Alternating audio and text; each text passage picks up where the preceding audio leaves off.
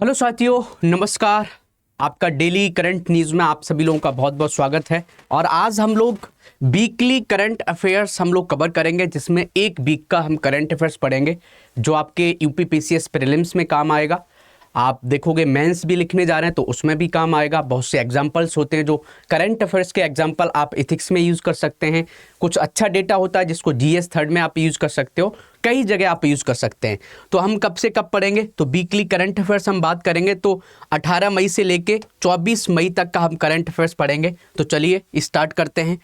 आप देखेंगे कि आपने देखा होगा एक ग्लेशियर है, बहुत न्यूज में है, याला ग्लेशियर।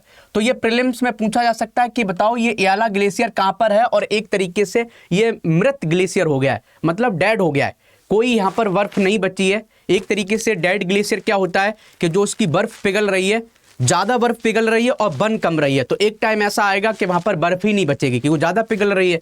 तो याला ग्लेशियर कहाँ का है, तो नेपाल की लांगटंग घाटी में। तो पूछे कि कौन से देश में है, तो लोकेशन इसकी पूछी जा सकती है, तो ये नेपाल में है। डायरेक्ट क्वेश्चन पूछा जा सकता है कि न्यूज़ में आपने देखा होगा याला ग्लेशियर बताओ कहाँ पर है, तो याला ग्लेशियर नेपाल में है। ऐसे करके पूछा जा सकता है कि आपने ऐसे ही देखा होगा कि कौन सा देश था जिसमें लास्ट ग्लेशियर बचा था और वो पिघल के खत्म हो गया। आपने वेनेजुएला पढ़ा होगा, समझ गए। तो ऐसे जो न्यूज़ होते हैं जो क्लाइमेट से रिलेटेड होते हैं, जो एक तरीके से क्लाइमेट चेंज से रिलेटेड होते हैं, वो क्वेश्चंस बहुत पूछे जाते हैं।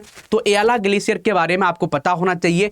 एशिया में पहला ये आइसलैंड के ओके ग्लेशियर और मोक्सोको के आयोलोको ग्लेशियर के बाद आधिकारिक तौर पर मृत घोषित होने वाला एशिया का पहला ग्लेशियर है। और ये एशिया का पहला ग्लेशियर है जो मृत घोषित हुआ है। इससे पहले आप देखोगे आइसलैंड का ओके ग्लेशियर, इसको भी मृत घोषित कर दिया है। मैक्सिको का आयोलोको ग्लेशियर, इसको भी आप लिख लो। अब इनकी मैच करने के लिए आ सकते हैं कि बताओ ओके ग्लेशियर कहाँ पर है, आयोलोको ग्लेशियर कहाँ पर है, याला ग्लेशियर कहाँ पर है। 3 ग्लेशियर का नाम दे देगा, फिर आपसे मैच करवाएगा। तो ऐसे भी क्वेश्चन बन सकता है। तो जब आपको तरीका पता होंगे तभी आप इनको अच्छे से कर पाओगे। जैसे बहुत से लोग मेरे बारे में नहीं जानते होंगे, मैंने 2021 में यूपी पीसीएस का एग्जाम पहली बार दिया था, फर्स्ट अटैम्प्ट था, और मेरी रैंक भी जो थी 18th रैंक थी। एक्साइज इंस्पेक्टर मिला था, वो मैंने ज्वाइन नहीं किया था। तो मेरा पढ़ने का यही तरीका था कि आप जैसे पढ़ रहे हो उसमें सोचो कि क्वेश्चंस कैसे बनते हैं। आप ऐसा पढ़ते हो तो आपका सिलेक्शन श्योर होगा, कोई दिक्कत नहीं होगी। तो इसी तरीके से आप पढ़ा करो कि जब भी आप पढ़ रहे हो उससे ये देखो कि क्वेश्चंस कैसे बन सकते हैं। अब देख लेते हैं what does dead glacier means. मृत ग्लेशियर वह होता है जिसमें अब हिलने या बढ़ने की क्षमता नहीं होती, मतलब बर्फ इसमें नहीं बढ़ रही है। ग्लेशियर स्वाभाविक रूप से अपने वजन के नीचे चलते हैं, बर्फबारी से द्रव्यमान प्राप्त कर सकते हैं और पिघलने से इसे खो सकते हैं। तो ये ज़्यादा पिघल रहा था, और जब पिघल रहा था तो एक टाइम ऐसा आ गया कि जो बन रहा था उससे ज़्यादा वो पिघल रहे थे। तो इस तरीके से ये क्या हो गया, पूरी तरीके से पिघल गया है। ये आपको पता होना चाहिए। जब कोई ग्लेशियर कई वर्षों में जितनी बर्फ प्राप्त करता है उससे अधिक बर्फ खो दे देता है और पूरी तरीके से बहना बंद कर देता है तो उसे मृत माना जाता है। ये आपको पता होना चाहिए, ठीक है। चलो अब देख लेते हैं याला ग्लेशियर। याला ग्लेशियर कहाँ है, नेपाल के रसुआ जिले में है, लांगटांग क्षेत्र में है, लांगटांग राष्ट्रीय उद्यान के भीतर स्थित है। तो लांगटांग राष्ट्रीय उद्यान भी पूछा जा सकता है कि बताओ कि लांगटांग नेशनल पार्क कहाँ पर है, किस देश का ये नेशनल पार्क है, तो नेपाल का है। नेपाल में ही तो था ये, तो नेपाल में है, ये आपको अच्छे से पता होना चाहिए। और ये सेंट्रल हिमालय के आसपास पड़ता है। तो ये क्वेश्चन आए कि याला ग्लेशियर अभी पिघल गया है, कौन से देश में है, तो नेपाल देश में है। ये अच्छे से आपको समझ में आ गया होगा। नेक्स्ट टॉपिक हम देख लेते हैं कि Neeraj Chopra breaches the elusive 90 metre mark. तो आपने देखा होगा जेवलिन थ्रो करते हैं नीरज चोपड़ा जी, बहुत फेमस पर्सनालिटी हैं।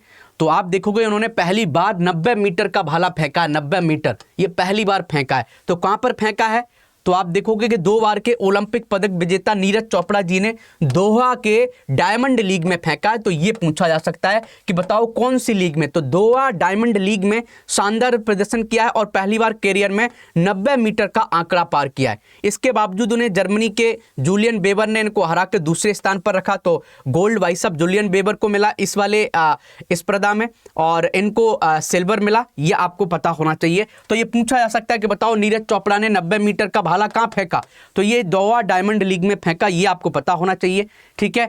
अब हम देख लेते हैं next topic, international museum day कब मनाया जाता है, तो ये आपको पता होना चाहिए। 18 मई को मनाया जाता है। 18 मई को इंटरनेशनल म्यूजियम डे मनाया जाता है, ठीक है, और इसकी थीम भी पता होना चाहिए कि थीम क्या है। तो म्यूजियम का जो इंपॉर्टेंस होता है ये बताया जाता है। तो थीम जो 2025 की है, the future of museums in rapidly changing communities, ये इस बार का थीम है। तो ये पूछा जा सकता है कि म्यूजियम डे के बारे में 2 स्टेटमेंट दे देगा कि बताओ म्यूजियम डे जो होता है उसके बारे में 2 स्टेटमेंट है। पहला स्टेटमेंट दे देगा कि म्यूजियम डे 18 जुलाई को मनाया जाता है, गलत, 18 मई को मनाया जाता है। फिर दे देगा थीम बताओ, थीम के ऊपर आपको स्टेटमेंट बना देगा। आपको नहीं पता होगा, नहीं कर पाएंगे, तो थीम भी आपको पता होना चाहिए। ये कब हुआ था? तो 1977 में ये डे मनाना स्टार्ट हुआ है। अंतरराष्ट्रीय संग्रहालय परिषद ICOM ने आपसी समझ और सहयोग को, शांति को बढ़ावा देने के लिए इस दिन की शुरुआत की थी। तो यहाँ से भी एक स्टेटमेंट बन सकता है। तो स्टेटमेंट वाले क्वेश्चन बहुत से लोगों को कठिन लगते हैं, लेकिन आप सिस्टमेटिक तरीके से पढ़ाई करते हो तो आपको क्वेश्चन कठिन नहीं लगेंगे, आप अच्छे से आसानी से सॉल्व कर सकते हो। ऐसे ही हम देखते हैं नेक्स्ट टॉपिक क्या है। नेक्स्ट टॉपिक आपको दिख रहा होगा कि एक तरीके से वर्ल्ड टेलीकम्युनिकेशन डे के ऊपर है। तो वर्ल्ड टेलीकम्युनिकेशन डे कब मनाया जाता है? तो वर्ल्ड टेलीकम्युनिकेशन डे आप देखोगे 17 मई को मनाया जाता है। ये भी आपको पता होना चाहिए। इसकी थीम भी पता होना चाहिए कि भाई gender equality digital transformation matters. तो ये थीम भी आप लिख लो। तो ये दो क्वेश्चन आपके यहाँ से बन सकते हैं कि ये बताओ कि वर्ल्ड टेलीकम्युनिकेशन डे कब मनाया जाता है? 17 मई को, और उसकी थीम क्या है? तो थीम आपको पता होना चाहिए भाई जेंडर इक्वलिटी इन डिजिटल ट्रांसफॉर्मेशन मैटर्स। और ये अंतर्राष्ट्रीय दूरसंचार संघ ITU की स्थापना और 1865 में पहले अंतर्राष्ट्रीय टेलीग्राफ कन्वेंशन पर हस्ताक्षर करने की याद में मनाया जाता है। तो क्यों मनाया जाता है ये भी आपको पता होना चाहिए। 17 मई को तो मनाया जाता है। वर्ल्ड टेलीकम्युनिकेशन डे कब मनाया जाता है? 17 मई को। थीम क्या है भाई? जेंडर इक्वलिटी इन डिजिटल ट्रांसफॉर्मेशन मैटर्स, ये थीम है। और क्यों मनाया जाता है, किसकी यादगार में? तो इंटरनेशनल टेलीकम्युनिकेशन जो यूनियन बना था उसकी याद में मनाया जाता है। तो ये आपको पता होना चाहिए, इसकी याद में। ठीक है, चलो ये आपने लिख लिया होगा। अब हम देख लेते हैं नेक्स्ट टॉपिक है 7th खेलो इंडिया यूथ गेम्स। 7वां खेलो इंडिया यूथ गेम्स कहां पर हो रहे हैं ये आपको पता होना चाहिए। पूछा जा सकता है, बिहार में हो रहे हैं। कहां पर हो रहे हैं? बिहार में हो रहे हैं। और सरकार की खेलो इंडिया पहल के तहत एक प्रमुख आयोजन है खेलो इंडिया यूथ गेम्स 2025 का 7वां संस्करण 4 मई से 15 मई तक बिहार में आयोजित किया गया। ये बिहार आपको पता होना चाहिए। और इस वर्ष के खेल का शुभंकर कौन था? गज सिंह था। ये पॉइंट आपको पता होना चाहिए। 12 दिवसीय ये आयोजन था। 27 खेल इसमें खेले गए और 285 स्वर्ण पदक इसमें प्रदान किए गए। अब हम देखेंगे कि भाई साहब किसने सबसे ज़्यादा ये 7वां जो खेलो इंडिया गेम्स जो हुए हैं उसमें सबसे ज़्यादा स्वर्ण पदक किसने जीते हैं, इस पर क्वेश्चन पूछा जा सकता है।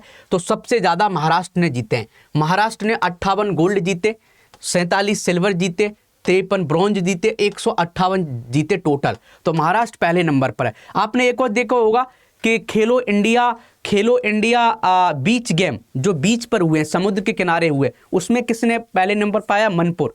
और ये हुआ कहाँ पर है? बीच गेम कहाँ पर हुए? दीव में हुए। ये आगे चल के अभी पढ़ाया जाएगा, उसको भी आप याद रखना। ठीक है, तो ये तो बिहार में हुए खेलो इंडिया गेम्स। तो इसमें पहले नंबर पर महाराष्ट्र आया है, दूसरे नंबर पर हरियाणा आया है। हम देख लेते हैं उत्तर प्रदेश कौन से नंबर पर आया है। 7वें नंबर पर आया है उत्तर प्रदेश। उत्तर प्रदेश ने 14 गोल्ड जीते, 20 सिल्वर जीते, 18 ब्रॉन्ज जीते, टोटल 52 एक तरीके से 52 मेडल्स जीते हैं। ये आपको पता होना चाहिए, इसको आप लिख लीजिए अच्छे तरीके से, इस पर क्वेश्चन बन सकता है। आगे देख लेते हैं, गया टाउन का नाम बदल के क्या कर दिया है? गया जी। तो भाई साहब देख लो कि गया का नाम पूछा जा सकता है कि गया टाउन का नाम बदल के क्या कर दिया है? गया जी। तो गया जो है बहुत फेमस है। क्यों फेमस है? आपने देखा होगा महात्मा बुद्ध जी को जो ज्ञान प्राप्त हुआ था वो बोध गया में हुआ था, समझ गए। उसके बाद जब वो सारनाथ आए तो पहली बार पांच चेलों को, अपने शिष्यों को उन्होंने ज्ञान दिया था, समझ गए, 5 लोगों को।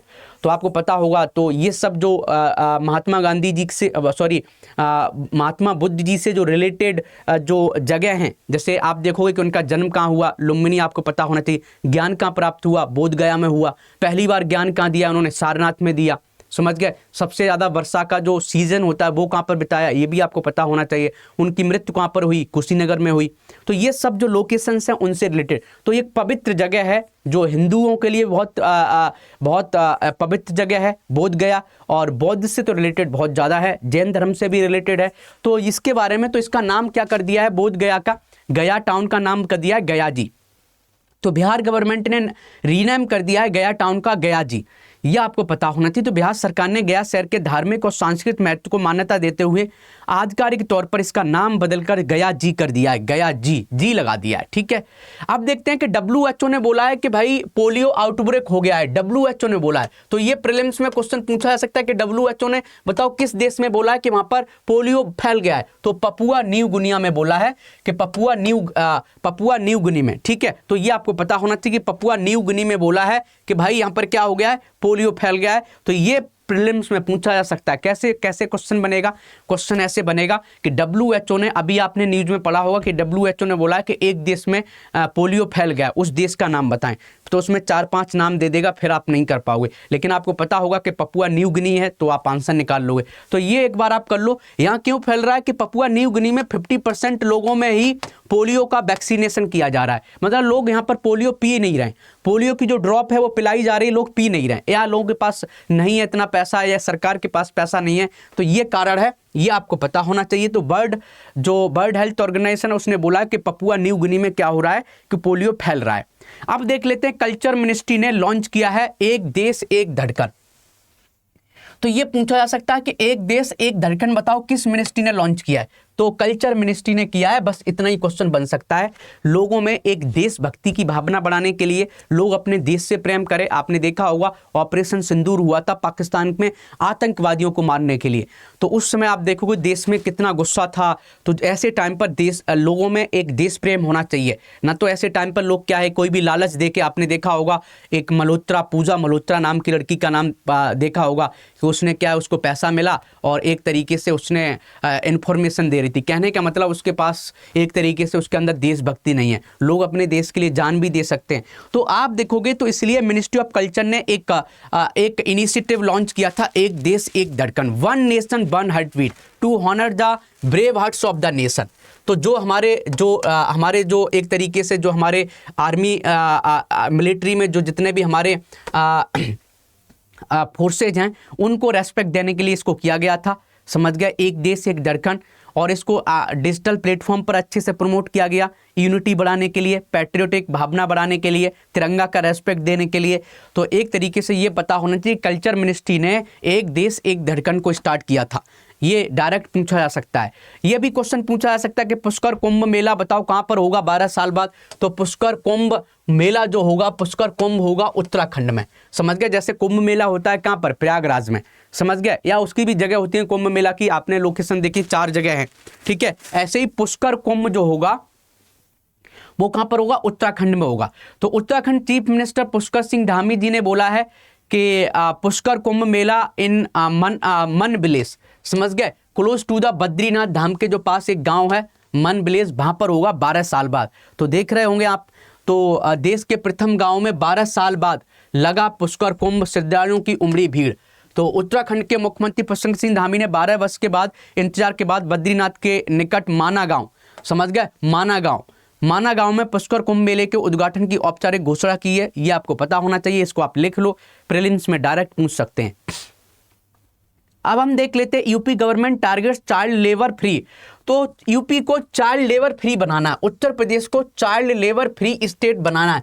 कब तक बनाना है, ये टारगेट पूछा जा सकता है 2027 में। और आप इसको मेंस में भी यूज कर सकते हो कि उत्तर प्रदेश सरकार क्या क्या ऐसे काम कर रही है जो हमारी सामाजिक कल्याण के लिए, हमारी समाज के लिए, हमारी सोसाइटी के वेलफेयर के लिए। तो आप वहां पर इसका एग्जाम्पल दे सकते हो कि भैया उत्तर प्रदेश सरकार क्या कर रहा है कि 2027 तक जो राज्य है हमारा उत्तर प्रदेश, जो राज्य है उसको उत्तम प्रदेश बनाया जाएगा। उत्तर प्रदेश को उत्तम प्रदेश बनाने की बात हो रही है। कहने का मतलब यह है कि बाल श्रम को समाप्त करने का टारगेट रखा है 2027। ये टारगेट आपको पता होना चाहिए। आप कैसे करेगा उत्तर प्रदेश सरकार, तो कोई भी आप देखोगे उत्तर प्रदेश सरकार ने बहुत से इनिशिएटिव लिए हैं, समझ गए, जिसमें क्या है कि कोई बच्चा मान लो बाल मजदूरी कर रहा है तो उसको हम एक तरीके से स्कूल में उसका एडमिशन कराएंगे, अवेयरनेस कैंपेन चलाएंगे, बहुत से कैंपेन भी चलाए गए हैं। तो आप इसको मेंस में बहुत अच्छे से यूज कर लोगे। पेपर जो 5 है ना, पेपर 5 और 6 में आप इसको अच्छे से यूज करोगे, जो यूपी से रिलेटेड है, जिसको यूपी स्पेशल पेपर बोलते हैं। बहुत से लोगों ने मुझसे यूपी स्पेशल पेपर 5 और 6 पढ़ा होगा। तो आप जानते होंगे कि करंट अफेयर्स को कैसे कनेक्ट करना रहता है। नहीं पढ़ा होगा तो आप आरंभ बैच ले लो, उसमें मैं पढ़ा रहा हूँ यूपी स्पेशल, ठीक है। एक हमने मेंस क्रैश कोर्स भी लेके आए थे अर्जुन बैच, उसमें भी पढ़ाया है, ठीक है। चलो अब हम चलते हैं नेक्स्ट टॉपिक पर, बर्ड टर्टल डे। तो बर्ड टर्टल डे कब मनाया जाता है ये आपको पता होना चाहिए, वर्ल्ड टर्टल डे। तो वर्ल्ड टर्टल डे विश्व कछुआ दिवस कछुओं और कछुओं के संरक्षण के सुरक्षा के बारे में जागरूकता बढ़ाने के लिए प्रतिवर्ष 23 मई को मनाया जाता है। तो ये पूछा जा सकता है डायरेक्ट। और अमेरिकन टॉर्टोइस रेस्क्यू ATR द्वारा 2000 में स्थापित है, 1990 में स्थापित एक गैर लाभकारी संगठन, समझ गए। तो स्टैब्लिश कब किया गया था, 2002 में इस डे को स्थापित किया गया था। American tortoise rescue a non profit organisation founded in 1990। तो ये जो अमेरिकन टॉर्टोइस रेस्क्यू एक नॉन NGO है जो 1990 में बना था। इस ऑर्गेनाइजेशन ने 2000 में इस डे की स्थापना की थी टॉर्टोइस को बचाने के लिए, मतलब टर्टल्स को बचाने के लिए। तो ये जो कंजर्वेशन एफर्ट हैं वो क्या क्या हैं, कौन कौन से ऑर्गेनाइजेशन है जो एक तरीके से टर्टल्स को बचाने के लिए काम कर रहे हैं। ATR कर रहे हैं, अमेरिकन टॉर्टोइस रेस्क्यू, WWF कर रहा है, टर्टल सर्वाइवल अलायंस कर रहा है। तो टर्टल्स को बचाने के लिए सभी ऑर्गेनाइजेशन मिलकर काम कर रहे हैं। बीच क्लीन अप्स किए जा रहे हैं कि बीच को साफ किया जा रहा है, समुद्र तट की सफाई की जा रही है, आवास बहाली की जा रही है। आपने देखा होगा कि उड़ीसा के आसपास आपने देखा होगा ओलिव टर्टल के अंडे रखे जाते हैं, तो वहां पर इंडियन कोस्ट गार्ड सुरक्षा करता है, समझ गए। तो आप देखोगे टर्टल्स की सुरक्षा करने के लिए बहुत से इनिशिएटिव चलाए जाते हैं। ये क्वेश्चन पूछा जा सकता है कि बताओ टर्टल डे कब मनाया जाता है। 23 मई को मनाया जाता है, ये आपको पता होना चाहिए। यहां से क्वेश्चन पूछा जा सकता है कि कब मनाया जाता है टर्टल डे, तो भैया 23 मई को मनाया जाता है। अब हम देख लेते हैं next topic, aiming to boost religious tourism. Religious tourism को बढ़ावा देने के लिए एक तरीके से उत्तर प्रदेश का एक टारगेट आपने पढ़ा होगा कि उत्तर प्रदेश क्या कर रहा है कि $1 ट्रिलियन की इकोनॉमी बनाएगा। $1 ट्रिलियन की इकोनॉमी उत्तर प्रदेश बनाएगा। तो भैया इसको 2027 पहले टारगेट था, 2027, फिर अब ये बाद में 2030 कर दिया। तो आप देखोगे कि इतने टाइम में उत्तर प्रदेश को $1 ट्रिलियन की इकोनॉमी बनानी है, तो उसको काम कहाँ करना पड़ेगा, प्राइमरी सेक्टर में काम करना पड़ेगा। प्राइमरी सेक्टर क्या है आप जानते हो, एग्रीकल्चर में नए नए सीड्स लेके आने होंगे, इंफ्रास्ट्रक्चर्स लेके आने होंगे। सेकेंडरी सेक्टर की हम बात करें तो एक तरीके से इन्वेस्टमेंट आपको करना होगा किसमें, मैन्युफैक्चरिंग सेक्टर में। और आता है सर्विस सेक्टर। सर्विस सेक्टर में आप देखोगे सर्विस सेक्टर में सबसे ज्यादा जो पैसा आता है वो क्या है, IT सेक्टर से, मतलब सॉफ्टवेयर से। दूसरा है टूरिज्म। तो टूरिज्म को बढ़ावा देने के लिए एक तरीके से रिलीजियस टूरिज्म बढ़ाया जा रहा है। तो आप इसको मेंस में ऐसे कनेक्ट कर सकते हो कि उत्तर प्रदेश सरकार अपनी $1 ट्रिलियन की इकोनॉमी को अचीव करने के लिए रिलीजियस टूरिज्म को प्रमोट कर रहा है, इको टूरिज्म को प्रमोट कर रहा है। इको टूरिज्म को प्रमोट करने के लिए विस्टाडोम ट्रेन स्टार्ट की है, याद है कि नहीं याद है, हमने पिछली क्लास में पढ़ाया था। ऐसे ही आप देखोगे बफर में सफर स्टार्ट किया है योगी जी ने। और ये देखो ये भी कि कई सर्किट्स बनाए गए हैं, चाहे वो रिलीजियस सर्किट्स हों, चाहे रामायण सर्किट्स का बात सुना होगा, बौद्ध सर्किट का नाम सुना होगा, कई कॉरिडोर्स बने हैं, टूरिज्म कॉरिडोर्स बने हैं। ये सब पॉइंट्स आप कनेक्ट कर लोगे अच्छे तरीके से, मेंस में आपको पूछा जाएगा।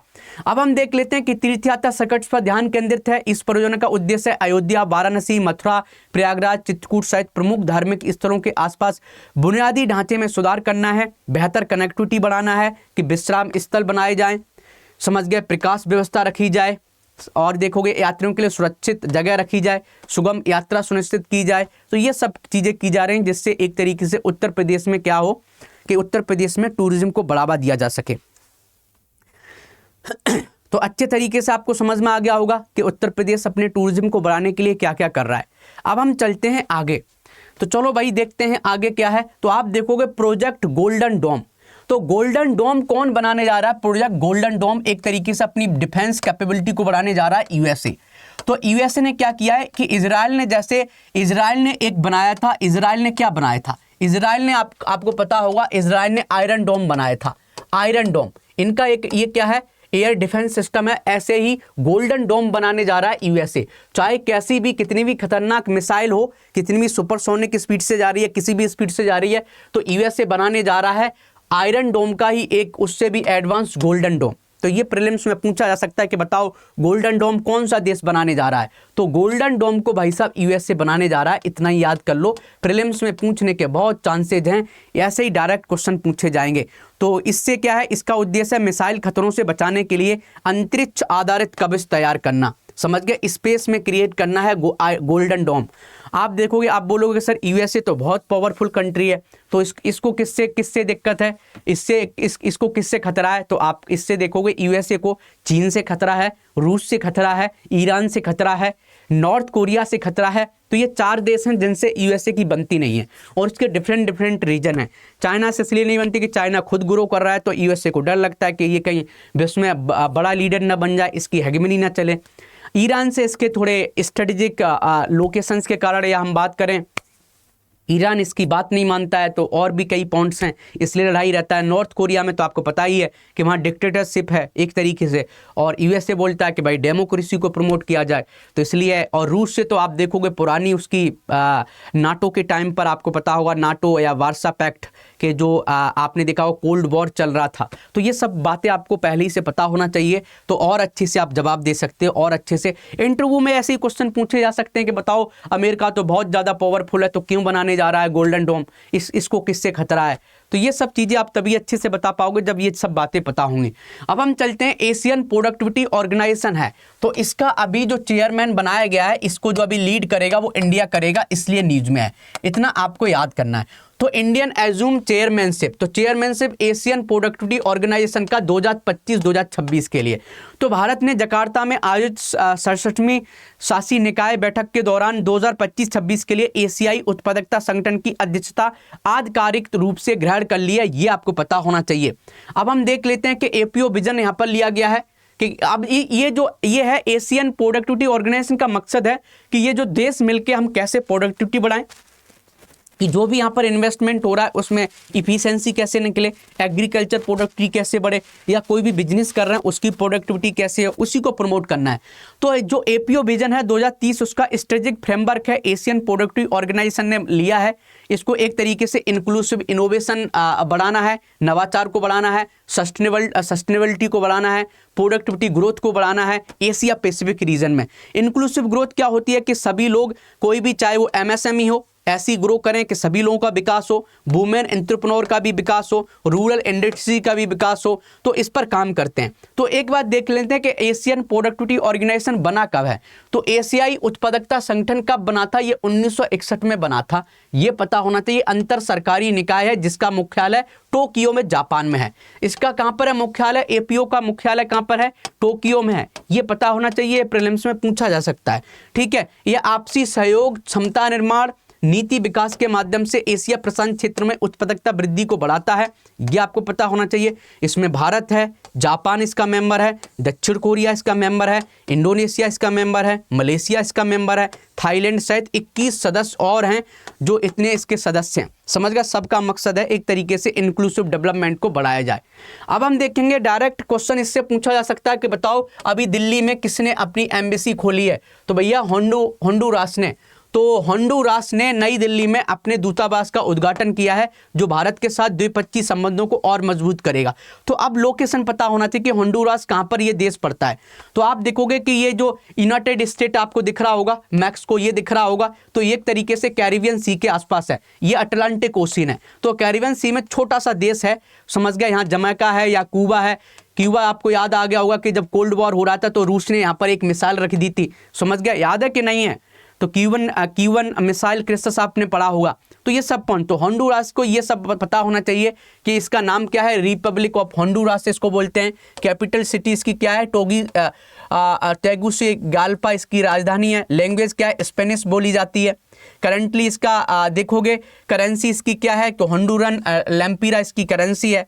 और होंडुरास कहाँ पर लोकेटेड है? सेंट्रल अमेरिका में लोकेटेड है, बॉर्डर्ड बाय ग्वाटेमाला, निकारागुआ और अल सल्वाडोर से ये एक तरीके से घिरा हुआ है, ये आपको पता होना चाहिए।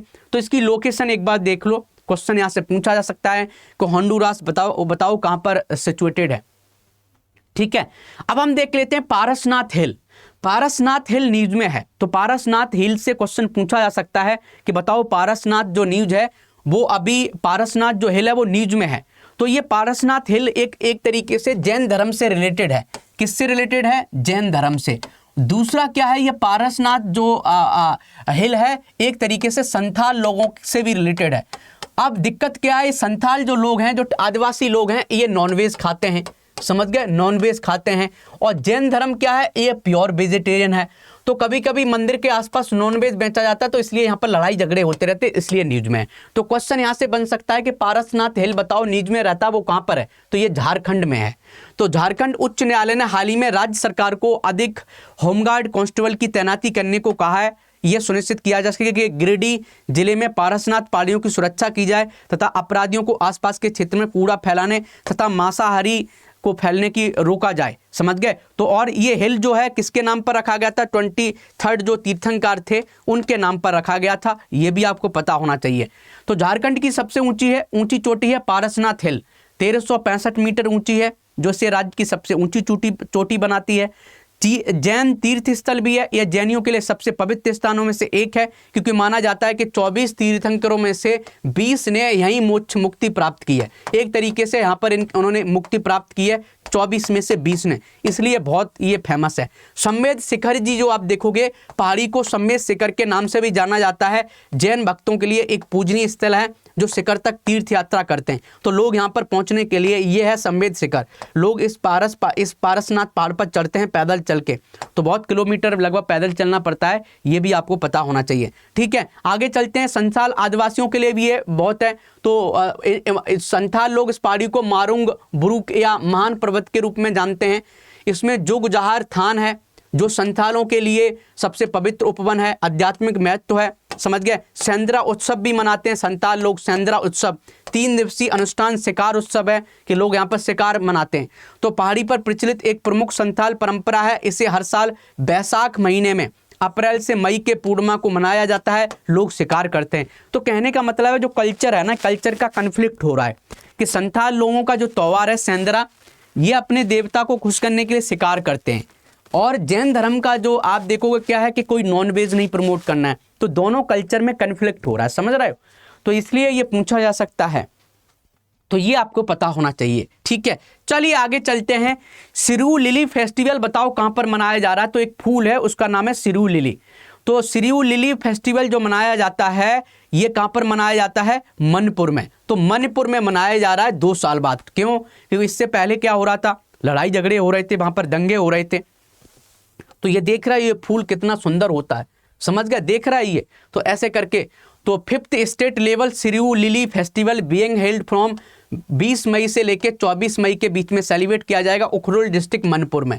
ठीक है, ये आपको पता होना चाहिए। ये त्यौहार कैसे मनाया जाता है, क्यों मनाया जाता है, ये देख लेते हैं। ये त्यौहार मणिपुर के राजपुष्प सिरू लिली लिलियम मैकलिनिया का जश्न मनाता है, जो दुर्लभ और लुप्त प्राय है, जो केवल सिरुई पहाड़ियों में मिलता है। सिरुई पहाड़ियों में लगभग 8.5 फीट की ऊंचाई पर पाया जाता है। 2025 में ब्रिटिश वनस्पति शास्त्री फ्रैंक किंगडनबार्ड और उनकी पत्नी जीन मैंकलिंग द्वारा 1946 में, तो ये जो फूल है वो 1946 में अंग्रेजों द्वारा इसको एक तरीके से खोज की गई थी, और 2025 में इसकी 75वीं वर्षगांठ मनाई जा रही है। ये भी आपको पता होना चाहिए कि 1946 में खोजा गया और इसकी 75वीं वर्षगांठ कब मनाई जा रही है, 2025 में।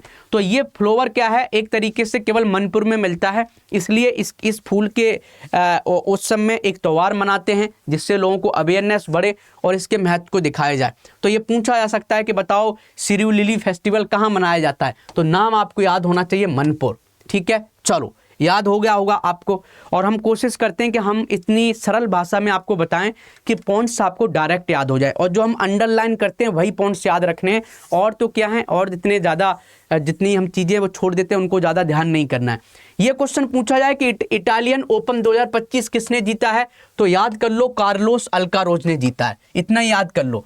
तो भैया Carlos Alcaraz secured his first Italian open. तो कार्लोस अल्काराज ने फाइनल में जैनिक सिनर को 7-6 से 6-1 से हराकर अपना पहला इटालियन ओपन खिताब जीता है, पहली बार जीता है ये भी।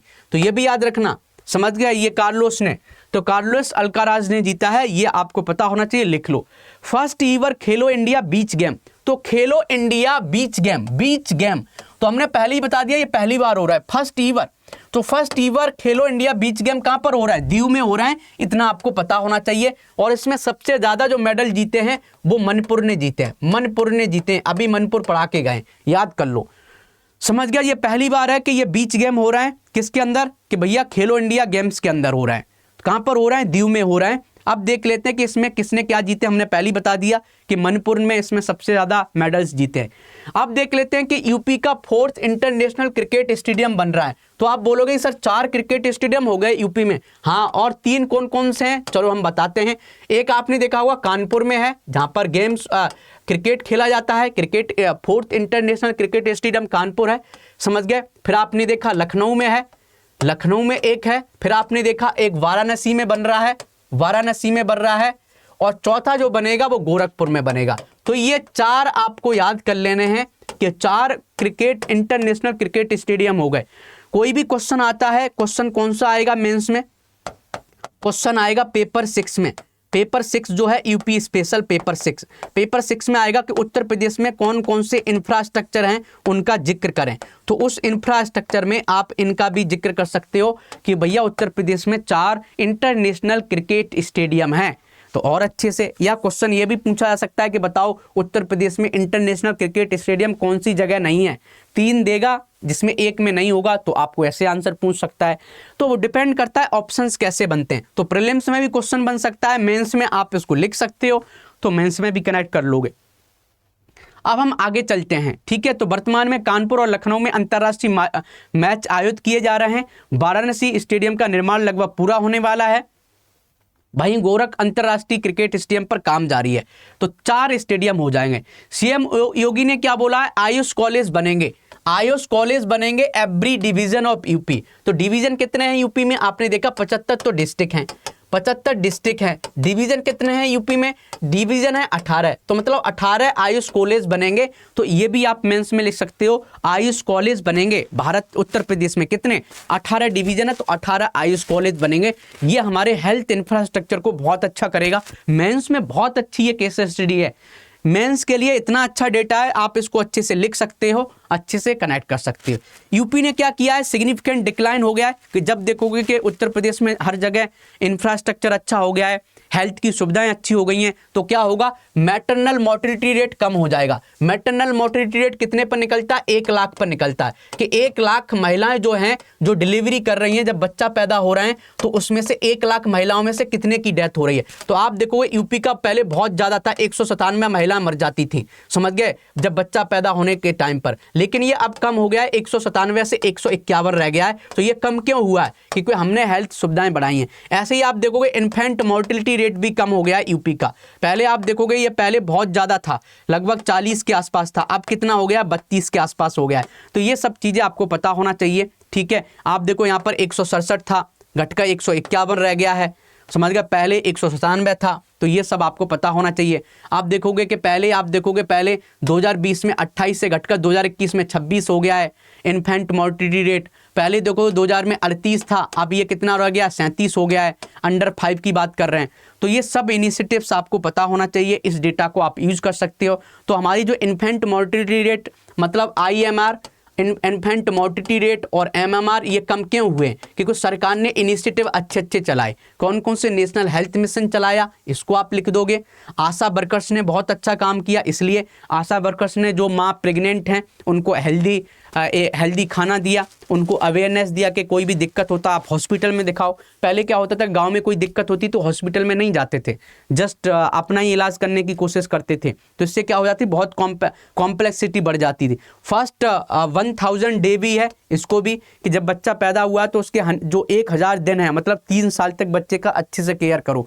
तो इस स्ट्रेटजी ने भी बहुत अच्छे से काम किया है, ये भी आपको पता होना चाहिए।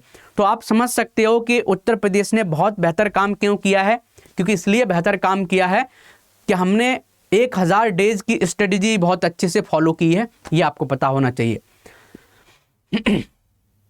अब हम देखते हैं नेक्स्ट, इंडिया का फर्स्ट फुली लिटरेट स्टेट बन गया है। कौन सा बन गया है, तो मिजोरम बन गया है। तो मिजोरम ने बोला है कि हमारी जो लिटरेसी है वो 98% हो गई है, और जब कभी स्टेट की 98% लिटरेसी हो जाती है तो उसको 100% मान लेते हैं, ये भी आपको पता। तो मिजोरम ने एक उल्लास इनिशिएटिव था, समाज में सभी के लिए आजीवन शिक्षा को समझना, तो उल्लास इनिशिएटिव चलाया था इंडियन गवर्नमेंट ने।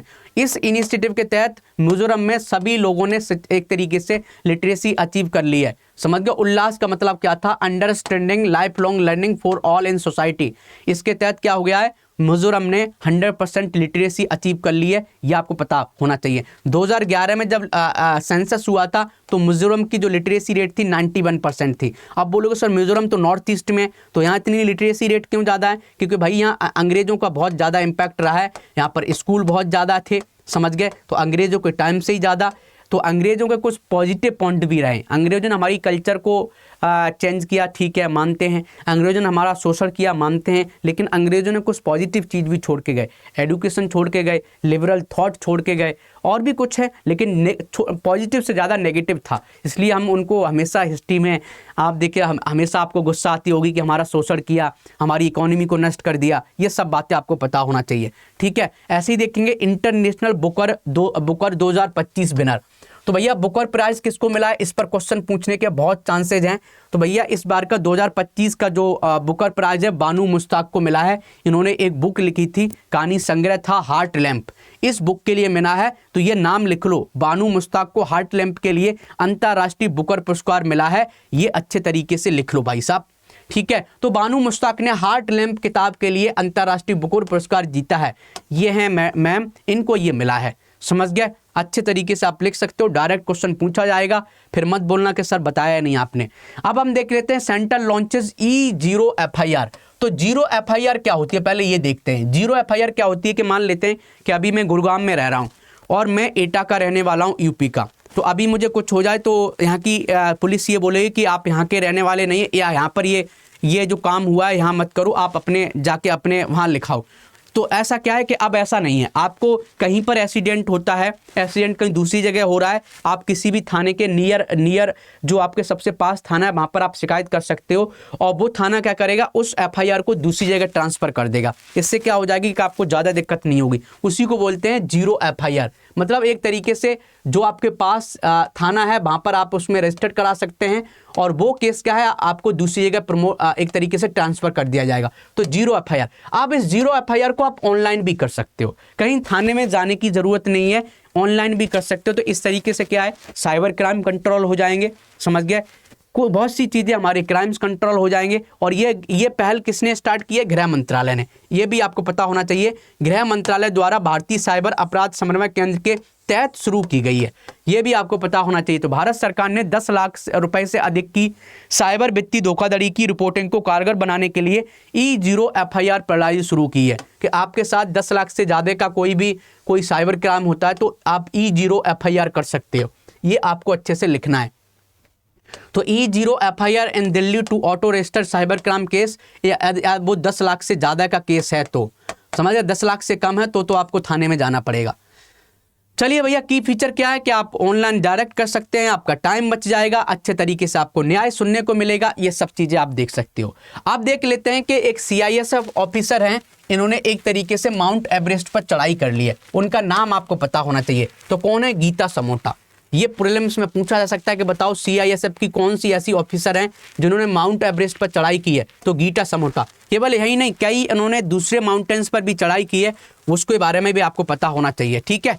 चलो, एक्सरसाइज गोल्डन ड्रैगन किस किस के बीच में होता है, प्रीलिम्स में पूछा जा सकता है कि गोल्डन ड्रैगन, आपने ड्रैगन एक्सरसाइज देखी होगी, वो USA करता है, लेकिन यहाँ गोल्डन लगा है, तो गोल्डन ड्रैगन कौन करता है, चाइना और कंबोडिया करता है। लिख लो कौन कौन करता है, लिख लो भाई, चाइना और कंबोडिया करते हैं। कौन करता है, चाइना और कंबोडिया, चाइना और कंबोडिया करते हैं। तो चाइना और Cambodia golden dragon 2025 joint drill करते हैं अपने मिलिट्री कॉपरेशन को बढ़ाने के लिए। तो चीन और कंबोडिया ने गोल्डन ड्रैगन 2025 संयुक्त सैन्य अभ्यास शुरू किया है, जो उनके रक्षा सहयोग में महत्वपूर्ण विस्तार को दर्शाता है।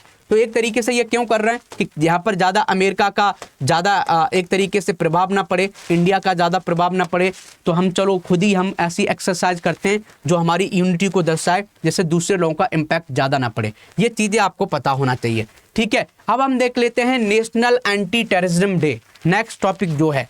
हर टॉपिक के बारे में हम विस्तार से पढ़ेंगे कि कौन कौन से टॉपिक्स हैं, क्या क्या टॉपिक्स हैं, ये सब अच्छे से जानेंगे। नेशनल एंटी टेररिज्म डे के बारे में हम पढ़ेंगे कि नेशनल एंटी टेररिज्म डे क्या है। नेशनल एंटी टेररिज्म डे के बारे में देखेंगे। तो आतंकवाद के खतरों के बारे में जागरूकता बढ़ाने और शांति और एकता को बढ़ावा देने के लिए भारत में 21 मई को 21 मई को राष्ट्रीय आतंकवाद विरोधी दिवस मनाया जाता है। तो 21 मई को क्यों मनाया जाता है ये आपको पता होना चाहिए।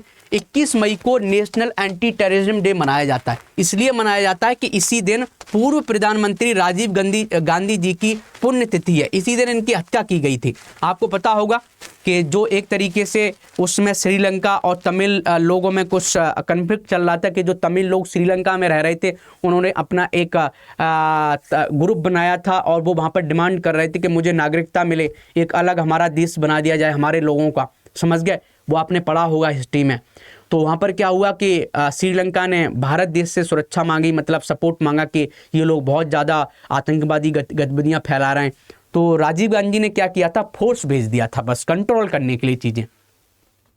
उन्हें लगा कि यार ये तो हमारा विरोध कर रहे हैं, तो उनको गुस्से में जो उनका जो नेता था उसने नेटवर्क बनाया, क्योंकि उनके कनेक्शन तमिलनाडु में भी थे। तमिलनाडु में ये किसी पॉलिटिकल पार्टी में ऐसी काम से गए थे, उधर ही साउथ में, वहाँ पर एक माला पहनाई गई और वहीं पर इनको एक तरीके से विस्फोट हो गया था, आपने देखा होगा। तो उसी दिन को एक तरीके से मनाया जाता है नेशनल एंटी टेररिज्म डे। ठीक है, समझ में आ गया होगा। तो 21 मई 1991 को तमिलनाडु के श्री पेरुबंदूर, यहाँ पर लिखा है कि तमिलनाडु के श्री पेरुबंदूर में हत्या कर दी गई थी। उसी 21 मई की यादगार में नेशनल एंटी टेररिज्म डे मनाया जाता है। ये आपको पता होना चाहिए।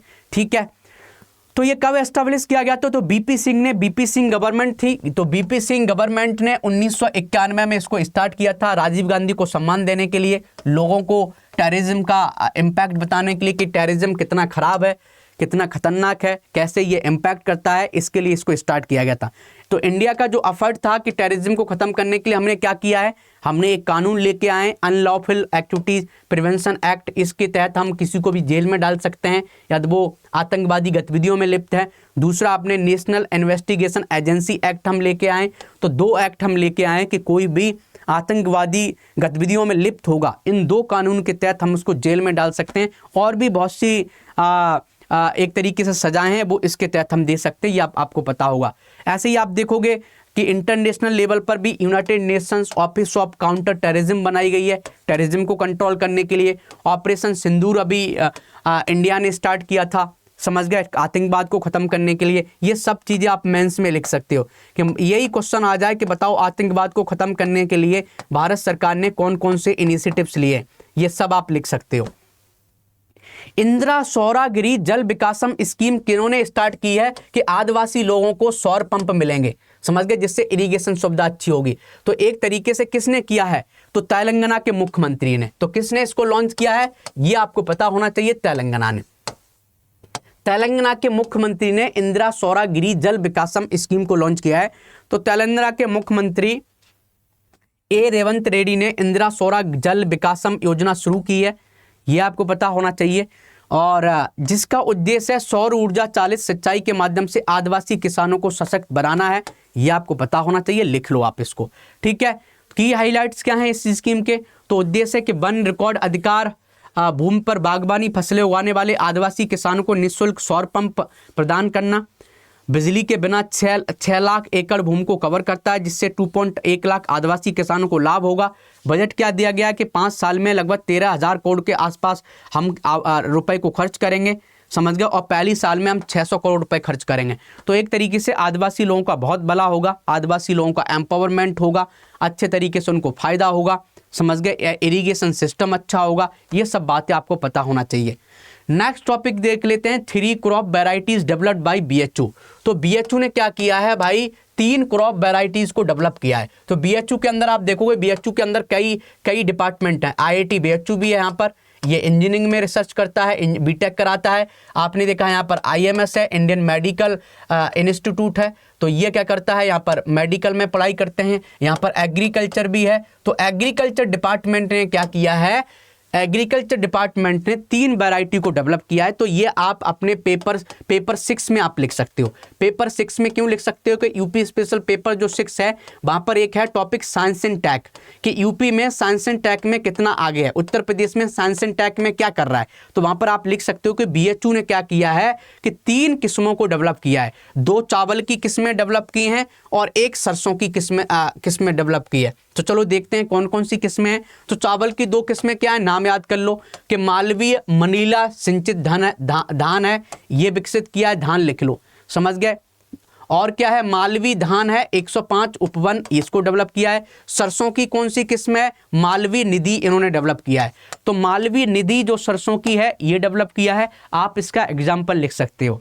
जब एग्जाम्पल देखते हैं तभी आपको मेंस में अच्छे मार्क्स मिलते हैं। आप एग्जाम्पल्स नहीं लिखते हो तो आपको अच्छे मार्क्स नहीं मिलते हैं, इसलिए हम आपसे बोल रहे हैं कि एग्जाम्पल्स लिखने की ज़रूरत है। तो मालवी मनीला सिंचित धान लिख लो और मालवी धान लिख लो, समझ गए। और वन मस्टर्ड वैरायटी मालवी निधि, ठीक है, ये आप अच्छे तरीके से लिखना है। तो मालवी मनीला सिंचित धान एक, ये अंतर्राष्ट्रीय चावल अनुसंधान संस्थान के सहयोग से विकसित किया गया है। 115 से 120 दिनों में पकता है, समझ गए। 55 से 56 क्विंटल प्रति हेक्टेयर इसकी डेवलपमेंट होता है। लंबा होता है, पतला होता है, सुखद होता है, थोड़े मीठे के स्वाद देता है, ये सब आपको पता होना चाहिए। मालवी धान 105 सब जो है वो चावल को प्रोफेसर पीके सिंह और उनकी टीम द्वारा विकसित किया गया है, समझ गए।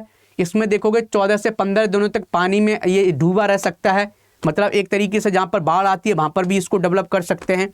उपज क्या है, 42 से 46 क्विंटल प्रति हेक्टेयर तक इसकी उपज है। हल्की सुगंध भी इसमें रहती है। ये सब पॉइंट आपको पता होना चाहिए। ऐसी मालवी निधि जो सरसों है प्रोफेसर के श्रीवास्तव के नेतृत्व में विकसित की गई है। 125 से 30 दिन में पक जाती है। उपज क्या है, 20 क्विंटल प्रति हेक्टेयर होती है।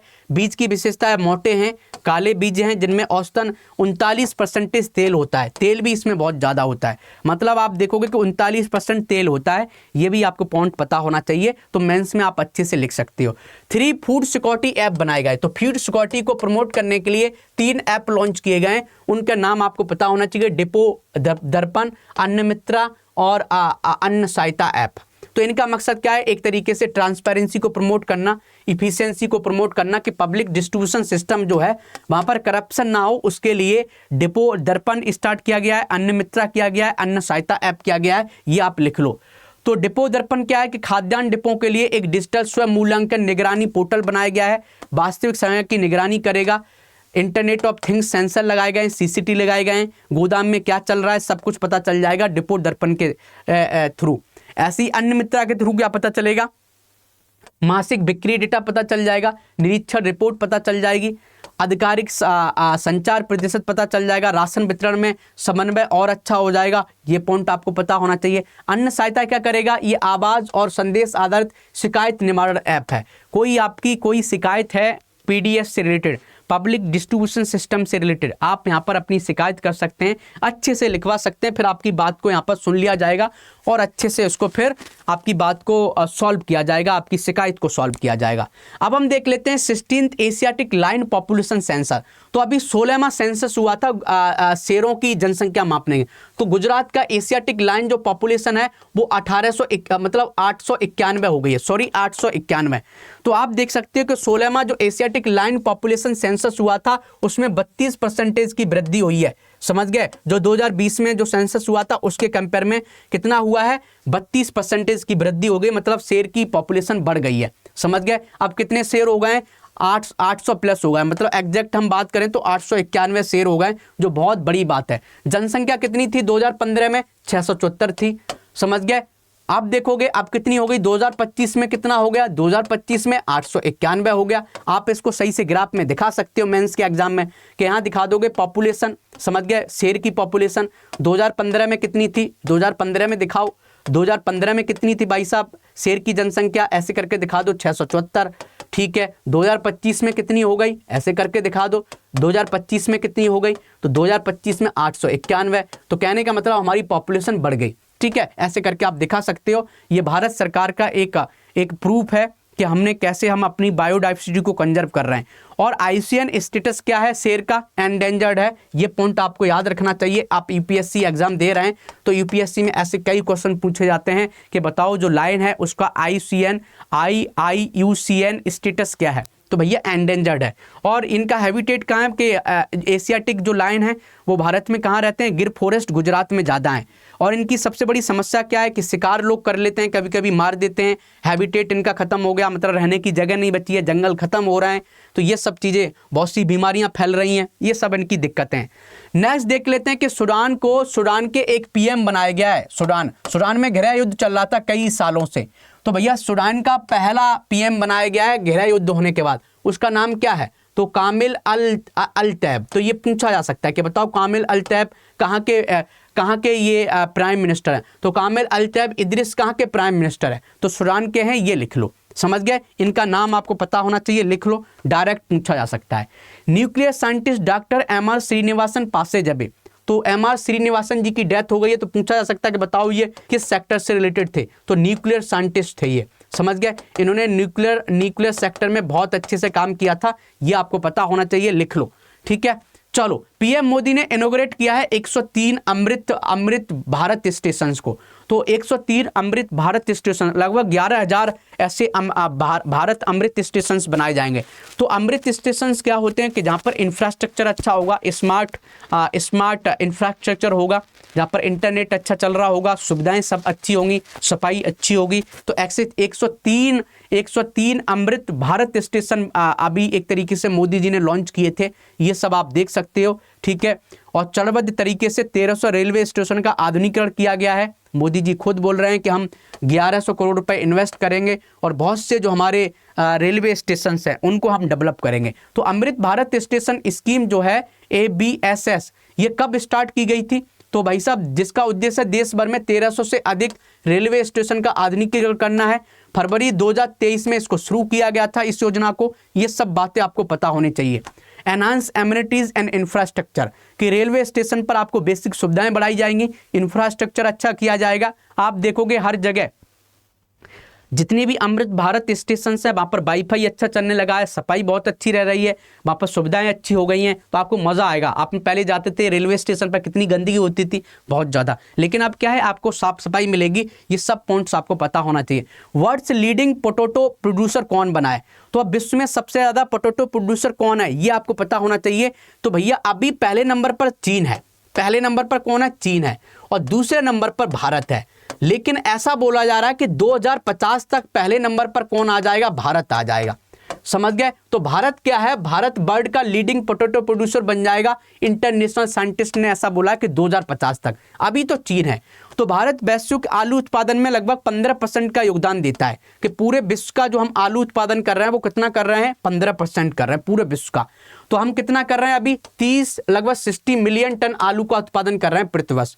और भारत वर्तमान में आलू उत्पादन में चीन के बाद दूसरे स्थान पर है, और लगभग 2050 तक ये 100 मिलियन टन का उत्पादन हो जाएगा। ये पॉइंट आपको पता होना चाहिए। ठीक है, अब हम देख लेते हैं कि टॉप स्टेट कौन सा है। तो भैया उत्तर प्रदेश सबसे ज्यादा आलू प्रोड्यूस करता है। भारत का 30% जो आलू है, मतलब भारत में 100 आलू होते हैं, तो 100 में से 30 आलू जो हैं वो यूपी में आते हैं।